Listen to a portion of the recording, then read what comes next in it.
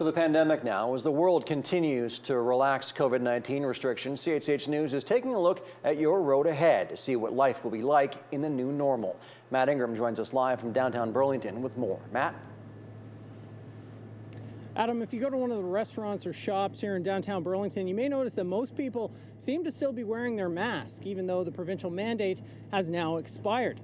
Now, the continued presence of masking in day-to-day life is just one of the ways that life will continue to be different from the time before COVID, at least in the short term.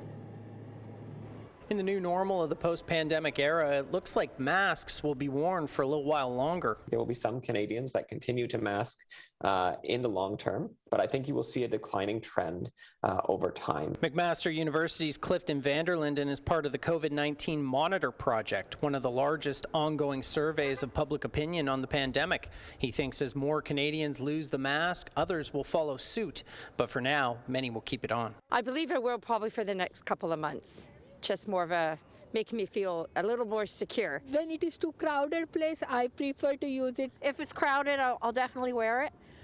And if it's not, I'll definitely take it off. Linden thinks masks could even become a part of our culture, like it is in many Asian countries, where they are worn to protect against many types of illnesses. I think they're kind of here to stay. He expects masks to become permanent in some high-risk settings. Long-term care facilities, on airplanes, or in sort of mass transit. But Linden says the data from the COVID-19 Monitor Project leads him to believe people won't keep up the physical distancing. People are happy to drop those restrictions. I think we're at a different stage of the pandemic, so we don't have to be as cautious in certain environments. During the pandemic, many people turned to wearing more comfortable clothing. Everyone was at home with nowhere to go, so people were trading in the professional attire like this for something more like this.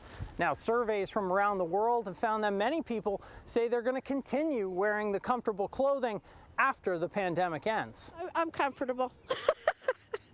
I think I'll keep more or less the same. But some are looking forward to dressing up a bit. I would prefer the clothes which are, once you go to the office. Others say they're already seeing people starting to ditch their sweatpants. It's a slow transition, but it's happening. Another slow transition will be in the travel industry. It's probably going to be towards the end of 2025 before we see numbers equivalent to pre-pandemic. Beth Potter is the president and CEO of the Tourism Industry Association of Canada.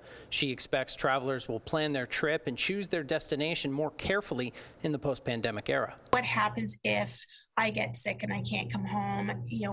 Am I going to be able to isolate or quarantine? Some people we spoke with are already getting back to travel. We went to Mexico, and I'm looking forward to going again. But others are waiting. I think next year, it's sort of looking forward. We'd like to get to look forward to traveling internationally. Another way that life will be different after COVID as opposed to before is shopping. Many surveys have found that more and more people are turning to online shopping for a variety of reasons, but the pandemic is one of them, and that trend is expected to persist into the future. Nicole.